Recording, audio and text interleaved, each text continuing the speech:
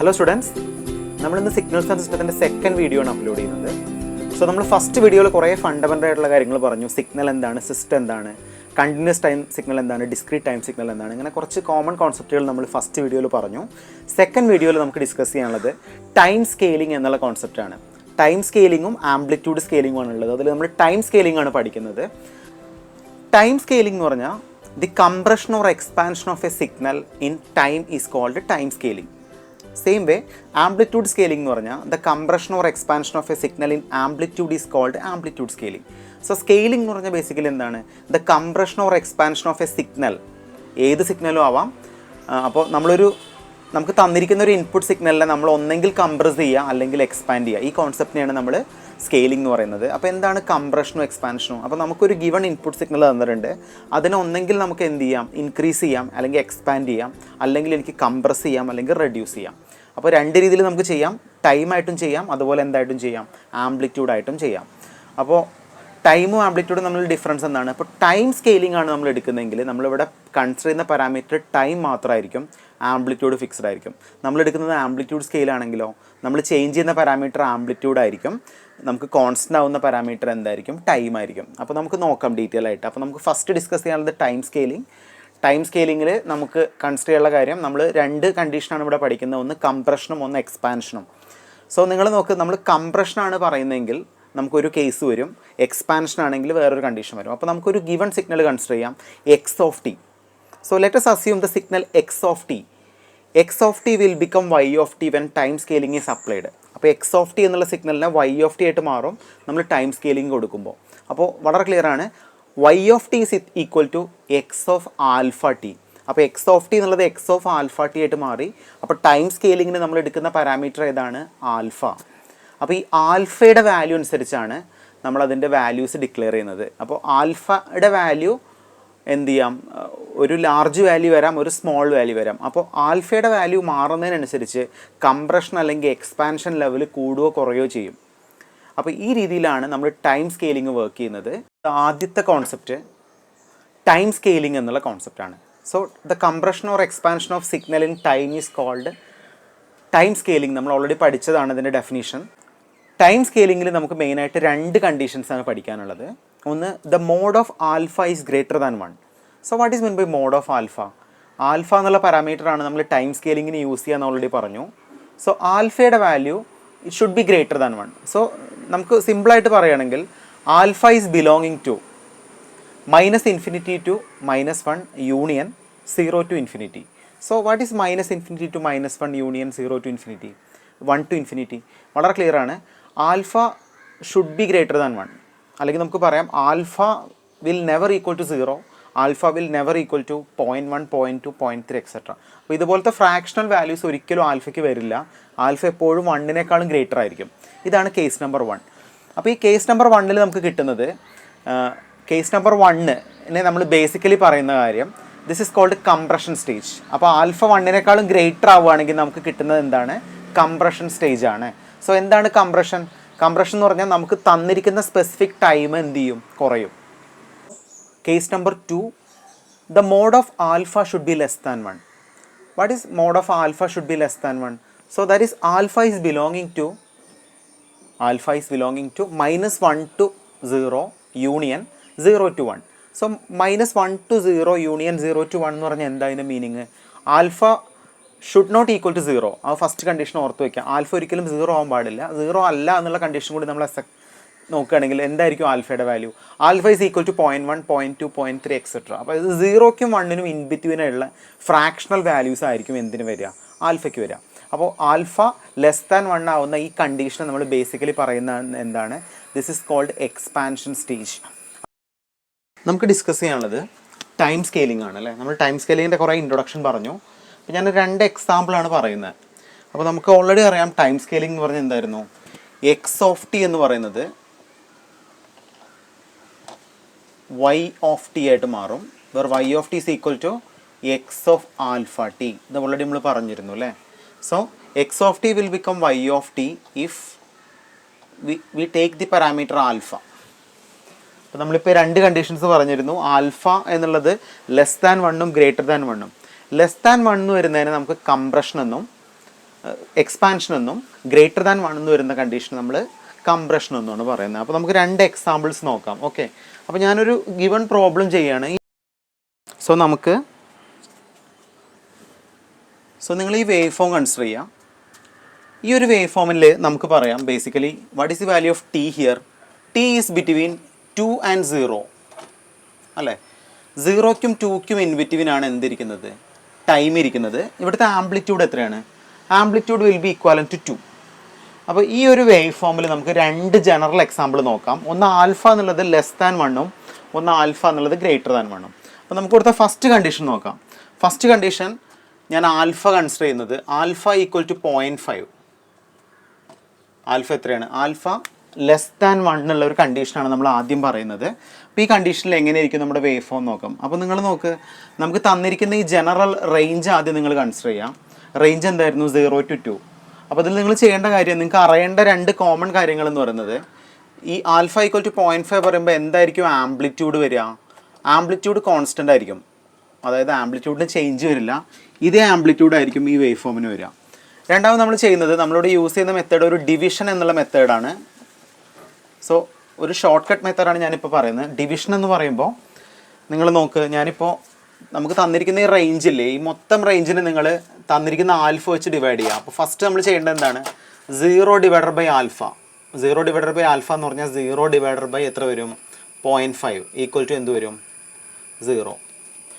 നിങ്ങൾ maximum range നോക്കുക. Maximum range എത്രയാണ്? 2 divided by 0.5. What is 2 divided by 0.5? Equal to 4. അപ്പോൾ വളരെ ക്ലിയർ ആണ്. 0 എന്നുള്ള റേഞ്ച് 0 ആയിട്ടും 4 എന്നുള്ള റേഞ്ച് 2 എന്നുള്ള റേഞ്ച് 4 ആയിട്ടും മാറി. അപ്പോൾ എങ്ങനെ വരയ്ക്കാം നമുക്കിതിൻ്റെ വേവ് ഫോം? ഇതിൻ്റെ വേവ് ഫോം ആക്ച്വലി ഇങ്ങനെ വരും അല്ലേ.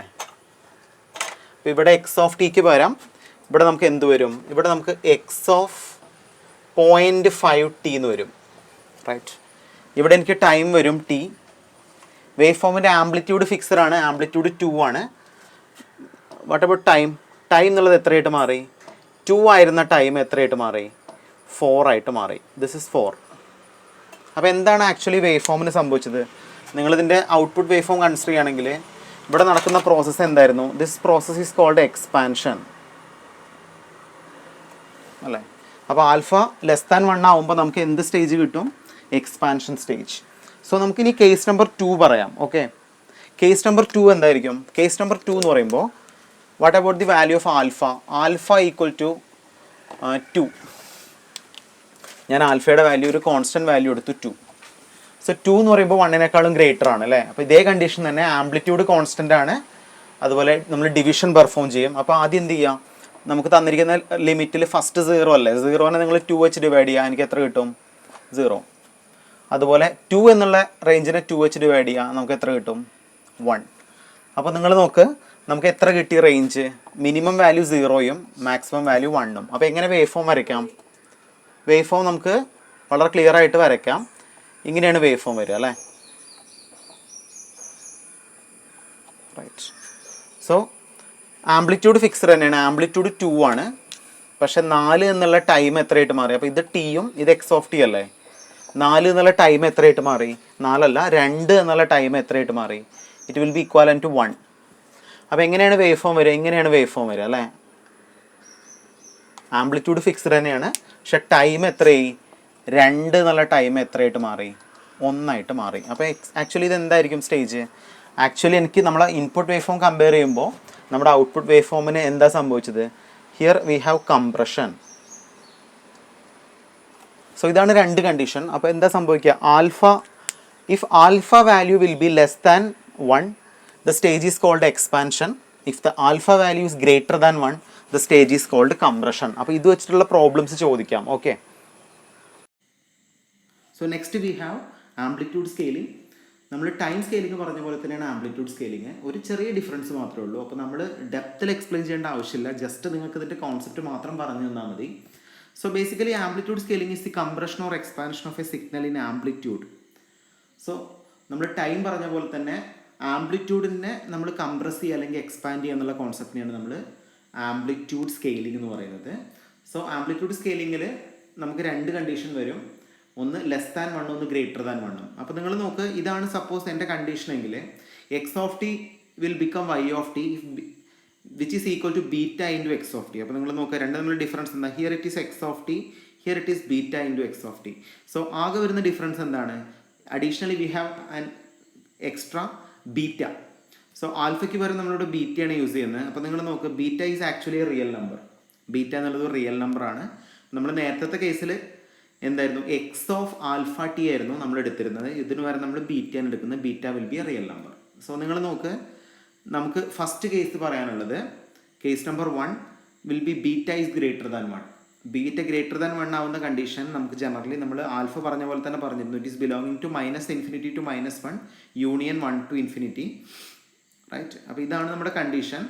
ഈ കണ്ടീഷനെ നമുക്ക് ബേസിക്കലി പറയാം എക്സ്പാൻഷൻ സ്റ്റേജ്. അപ്പോൾ നമ്മൾ ടൈം സ്കെയിലിംഗ് പറയുമ്പോൾ ആൽഫ ഈസ് ഗ്രേറ്റർ ദാൻ 1 എന്നുള്ള കണ്ടീഷൻ നമ്മൾ കംപ്രഷൻ ആണ് പറഞ്ഞിരുന്നത്. പക്ഷേ ആക്ച്വലി ഈ ഒരു സ്റ്റേജിനെ നമ്മൾ എക്സ്പാൻഷൻ സ്റ്റേജ് എന്ന് പറയും. സോ നിങ്ങൾ നോക്ക് കേസ് നമ്പർ 2. കേസ് നമ്പർ 2ൽ beta will be less than 1. So beta is belonging to -1 to 0 union 0 to 1. So this is called compression stage. അപ്പോൾ ഒറ്റ ഡിഫറൻസേ ഉള്ളൂ. നമ്മൾ നേരത്തെ പറഞ്ഞതിൻ്റെ നേരെ ഓപ്പോസിറ്റ് ആണ് ആംപ്ലിറ്റ്യൂഡ് സ്കെയിലിങ്ങിൽ വരിക. ആംപ്ലിറ്റ്യൂഡ് സ്കെയിലിങ്ങിലെ കംപ്രഷൻ സ്റ്റേജ്, ടൈം സ്കെയിലിങ്ങിൻ്റെ എക്സ്പാൻഷൻ സ്റ്റേജ് ആണ്. അതുപോലെ തന്നെ തിരിച്ചു. സോ നമുക്കൊരു ഗിവൺ എക്സാമ്പിൾ നോക്കാം. Let us assume x of t equal to 0 if t is less than 0, otherwise it is 2. അപ്പോൾ നിങ്ങൾ ഈ വേവ് ഫോം ഒന്ന് കമ്പയർ ചെയ്യാം. ഈ വേവ് ഫോം കമ്പയർ ചെയ്യുമ്പോൾ നിങ്ങൾക്ക് തന്നെ കാണാം ഇതൊരു ഇൻപുട്ട് വേവ് ഫോമാണ്. ഈ ഇൻപുട്ട് വേവ് ഫോമിൽ നമ്മൾ ചെയ്യുന്ന കാര്യം, എക്സിന് 2 വാല്യൂസ് വരും. ഏതർ ഇറ്റ് ഈസ് 0 വരെയുള്ള കണ്ടീഷൻ എന്താണ്? ടൈം 0 വരുമ്പോൾ ആംപ്ലിറ്റ്യൂഡ് 0 ആണ്.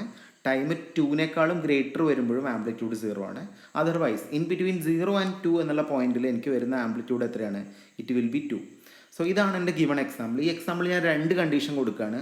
First condition let us assume beta equal to 2.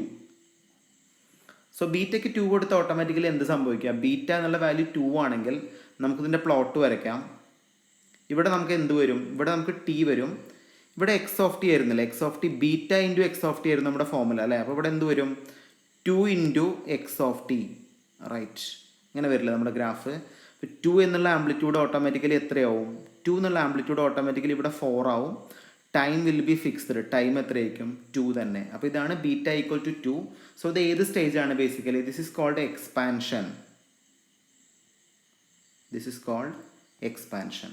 ഇനി ഞാനൊരു ജനറൽ എക്സാമ്പിൾ പറയുകയാണ്. ബീറ്റ എന്നുള്ളത് സപ്പോസ് 0.5 ആണെങ്കിൽ എന്താ സംഭവിക്കുക? ബീറ്റ എന്നുള്ളത് 0.5 ആണെങ്കിൽ x axis same time, y axis എന്ത് വരും? 0.5 into X of T, right. 0.5 into X of t എന്ന് പറഞ്ഞാൽ ഓട്ടോമാറ്റിക്കലി 2 എന്നുള്ള ആംപ്ലിറ്റ്യൂഡ് എത്രയായിട്ട് മാറും? 2 എന്നുള്ള ആംപ്ലിറ്റ്യൂഡ് ജനറലി 1 ആയിട്ട് മാറും. Time will be fixed. Time will be 2. അപ്പോൾ ഈ സ്റ്റേജ് ജനറലി എന്തായിരിക്കും? This is called compression. So 2 കണ്ടീഷനാണ് ഇവിടെ വരുന്നത്. ഒന്ന് എക്സ്പാൻഷനും ഒന്ന് കംപ്രഷനും. എക്സ്പാൻഷൻ വരുന്ന എപ്പോഴാണ്? Beta will B greater than 1. എപ്പോഴാണ് കംപ്രഷൻ വരുന്നത്? Beta will be less than 1. So ഈ കണ്ടീഷനും കൂടി ഓർത്ത് വയ്ക്കുക. അപ്പോൾ നമ്മൾ പറഞ്ഞത് ടൈം സ്കെയിലിങ്ങും ആംപ്ലിറ്റ്യൂഡ് സ്കെയിലിങ്ങും ഡീറ്റെയിൽ ആയിട്ട് പറഞ്ഞു. കൂടുതൽ ഒബ്ജക്റ്റീവ് ക്വസ്റ്റ്യൻസ് നമുക്ക് അടുത്ത ക്ലാസ്സിൽ ഡിസ്കസ് ചെയ്യാം. ഓക്കെ.